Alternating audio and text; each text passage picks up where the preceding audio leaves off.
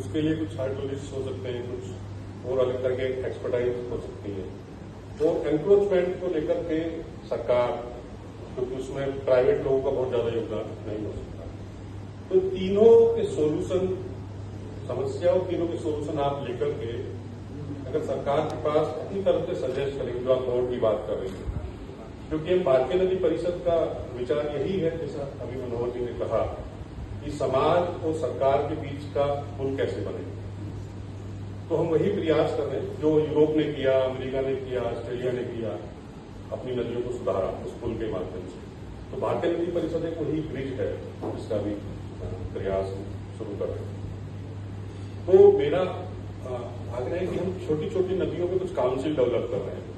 जैसे नीम नदी है आमोद में, तो उसके आसपास के जो गांव हैं उनके प्रधानों को उसमें भूमिका देते हुए एक नीम रिवर काउंसिल हमने डेवलप की।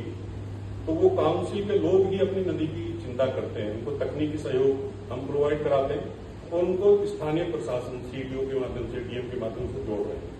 तो इसी तरह अगर आप जो यमुना का एक पार्ट है, यमुना रिवर काउंसिल या कुछ जो भी आप उसको देना चाहें, तो आपके पास सोल्यूशन आ रहे हैं। इस तरह की मीटिंग से सरकार तक आपकी पहुंच बन रही है, कुछ हम भी माध्यम बनेंगे, तो उन सोल्यूशन को सही जगह पहुंचाए। परसों सीआर पाटिल साहब के साथ 3-4 घंटे बैठा, तो उनका बड़ा कंसर्न है यमुना को लेकर के, क्योंकि एलजी को तो रोक दिया है सुप्रीम कोर्ट ने कि आप यमुना में कुछ नहीं कर सकते, लेकिन नमामि गंगे कर सकता है। तो वो प्रयास शुरू करने वाले हैं बड़े स्तर पर। उसको अलग करवाना है, ये तो मैंने उनसे मतलब ऐसा नमामि गंगे का एक पैटर्न है, वो उसके जो बायलॉज हैं उसमें उसी तरह के काम drains to rivers.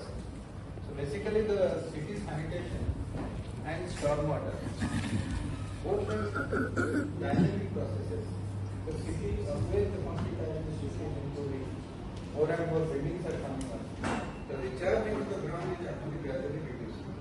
The surface done, flooding of cities, these things are increasing. So we cannot have a policy, short-term policy. There has to be very, very strategic move. All cities I have seen, Bhubaneswar, any city. After they design this stormwater drainage system, after 5-10 years, again there is flood in the city. So they don't understand why it happens. So it's very clear that the city, more and more concrete buildings come. Groundwater subsurface flow. Feed करके वही गंदी नदी में छोड़ दे रहे हैं, तो क्या उपयोग हो रहा है? फिर इतना हम पैसा लगा के इतना बड़ा इंफ्रास्ट्रक्चर करोड़ों का बांध रहे हैं, फिर उस पर ऑपरेशन मेंटेनेंस कॉस्ट लगा रहे हैं। हाँ, रीयूज होना बहुत जरूरी है। मान के उसके 11 कंपोनेंट बना दिए, 15 डिपार्टमेंट का कोऑर्डिनेशन कर दिया, 15 डिपार्टमेंट एक साथ मिल के और उस पर काम करने लगा, रैंकिंग होने लगी।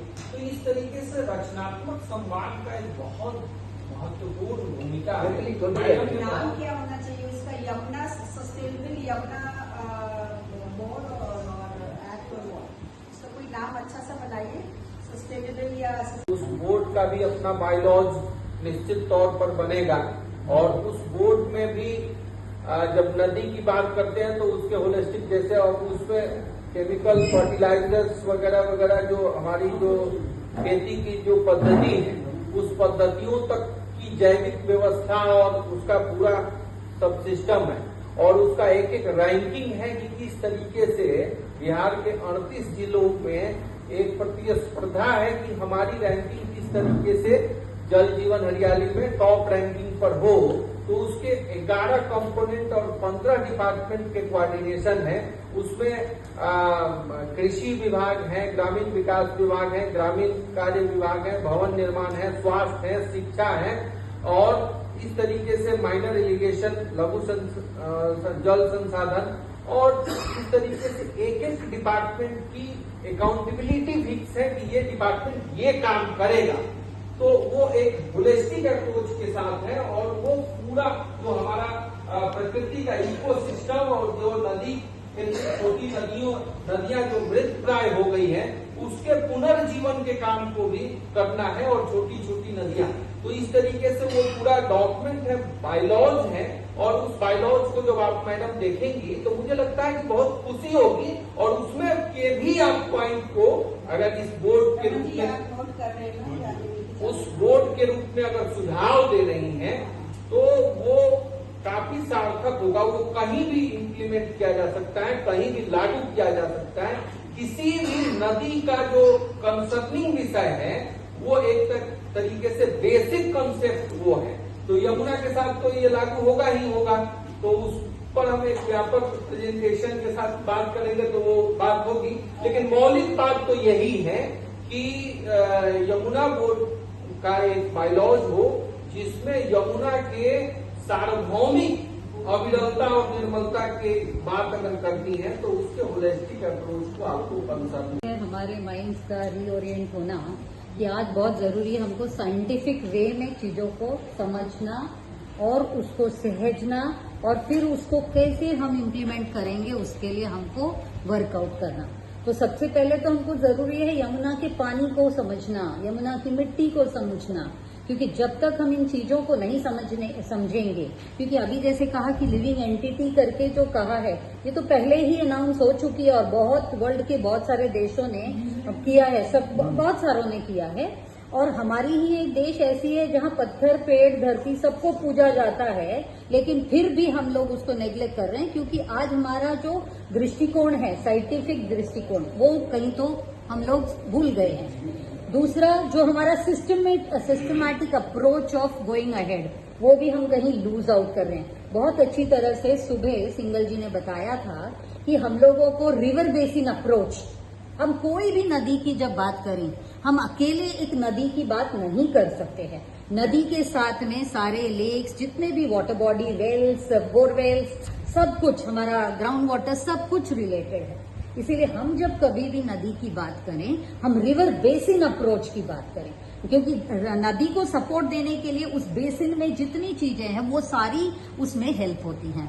तो हमारे बीच में ये मनीष बैठे हैं जो कि एक बहुत ही यंग वर्कर हैं, जो यमुना पे उन्होंने बहुत डीपली स्टडी की है इसकी उगम से संगम तक, और ये जो मेन पैच है अपनी दिल्ली में भी जो यमुना की, इसके बारे में भी वो बहुत जानकारी रखते हैं। बहुत सही बात की जो सुबह सिंगल जी ने भी हम लोगों के मार्गदर्शन में लाया कि हमको सबसे पहले देखना है कि कौन कौन सी स्रोत ऐसी है जो हमारी यमुना को पूरी तरह से दूषित की हुई है। मेनली जो हिंडन की बात निकाली उन्होंने, वो हिंडन को हम बिल्कुल ना भूलें, क्योंकि वो हिंडन ही है जहां से बहुत सारे इंडस्ट्रीज का जो पोल्यूशन आता जा रहा है। और सबसे आश्चर्य की बात, क्योंकि ये तो हर्षिस माउथ से आया, दीपक जी के पास से ही आया सुबह, कि हमारे पास में अभी भी कोई भी CETP, central effluent treatment plant या एफ्लुएंट ट्रीटमेंट प्लांट ही नहीं है। और इसकी रिस्पॉन्सिबिलिटी किसकी है, उसकी अकाउंटेबिलिटी फिक्स करनी भी बहुत जरूरी है। पोल्यूशन कंट्रोल बोर्ड, अगर आज आप देखोगे कि पोल्यूशन कंट्रोल बोर्ड कहती है कि हमारे जितने भी एसटीपीस वगैरह हैं वो नॉन फंक्शनल है, वो काम नहीं कर रहे हैं, ये सब किसका काम है भाई इसका सोल्यूशन देना? पोल्यूशन कंट्रोल बोर्ड का। सीईटीपी लगाने का मैंडेट ये पोल्यूशन कंट्रोल बोर्ड का है, जो अभी तक भी नहीं है। तो हमारा जो हमको बहुत सही उन्होंने कहा कि आज हमको एक्शन ओरिएंटेड होना पड़ेगा। हमको फिलॉसफिकल से आज हमको एक्शन ओरिएंटेड होके कौन कौन सी चीजें सबसे जरूरी जो है, ईटीपी, एफ्लुएंट ट्रीटमेंट प्लांट में तो आश्चर्य हो गई, इतने इंडस्ट्रीज हैं। पोल्यूशन कंट्रोल बोर्ड तब तक एनओसी नहीं देती किसी कंपनी को काम करने के लिए जब तक कि ये सिस्टम है नहीं अवेलेबल कि जो उसको कंट्रोल करेगा। एफ्लुएंट ट्रीटमेंट प्लांट नहीं है, सेंट्रल एफ्लुएंट ट्रीटमेंट प्लांट नहीं है, तो फिर हमने आज एनओसी दी कैसे है कंट्रोल बोर्ड ने? ये सबसे बड़ा मुद्दा होना चाहिए। This is an important So point. this is important, but now I think that in the development model, if और मोती झील हमारा धनौती नदी से जुड़ा हुआ था वो सही हुआ, और पैमाइंस हुआ, और धनौती नदी को हटाने के लिए सुनिए मैं बता रहा हूँ। मेरी बात सुनिए, हम लोग ने जो फॉर्मेट करा है, एक पॉइंट को पहले हम लोग ओके कराएंगे, ये तो फिर हम नेक्स्ट पॉइंट। ठीक है, मेरी बात सुन लिया जाए। उतना देर में मेरी बात समाप्त हो गई होती madam.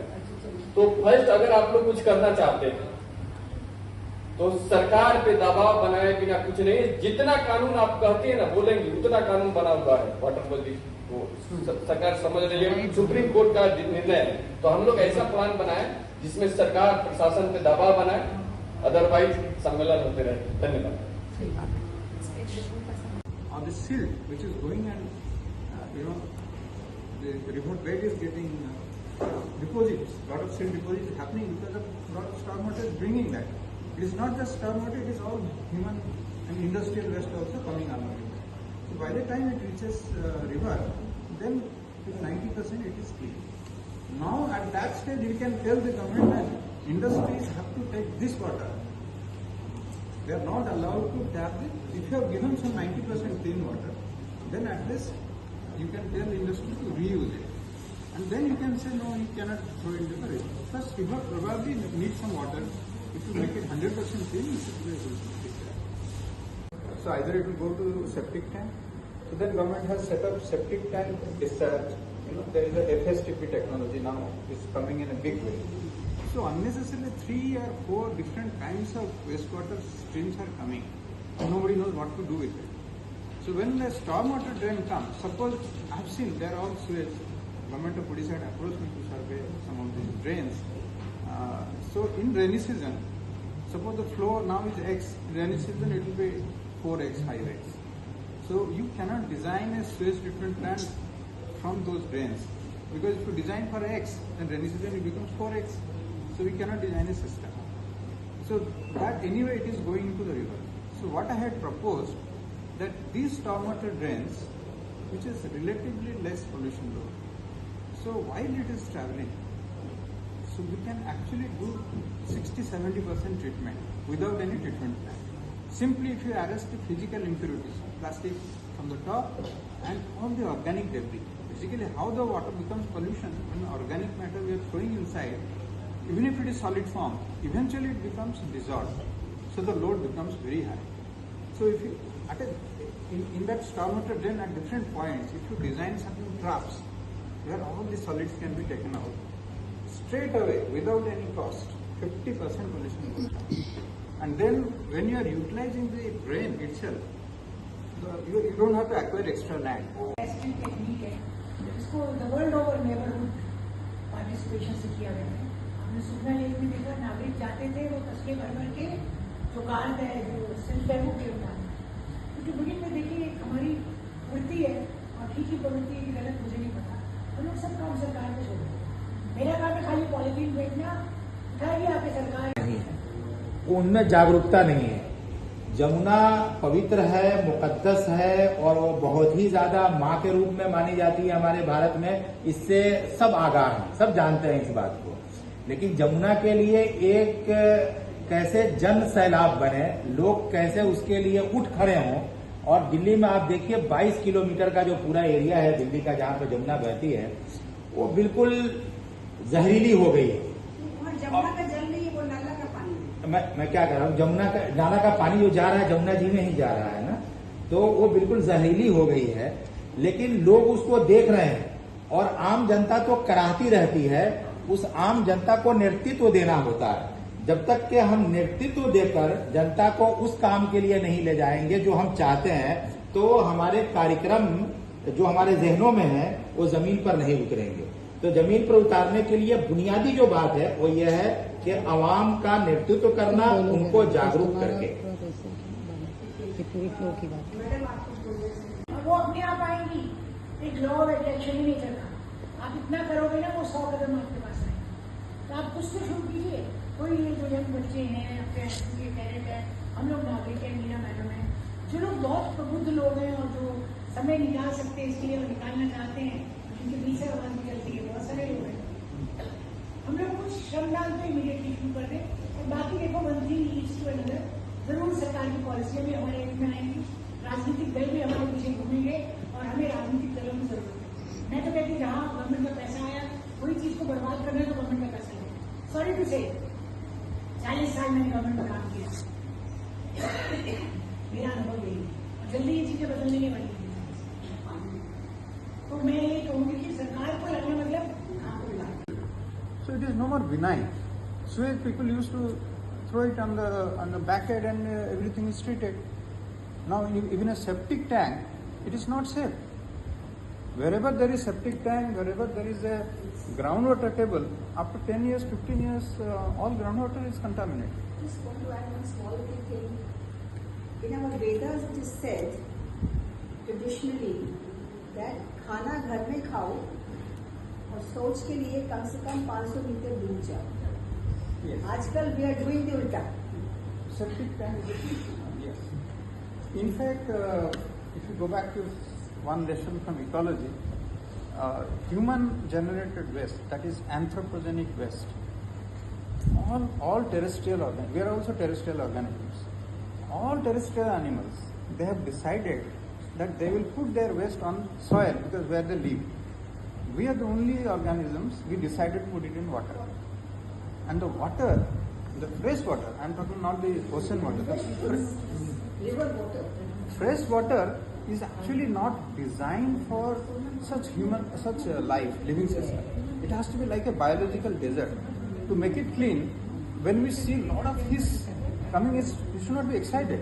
That means a lot of nutrient is going, lot of nitrogen is going, then algal growth is happening, so fish food is growing. So it's not a very good indicator for our drinking water. So that if brackish water and sea water, I mean river water, they mix. what are the main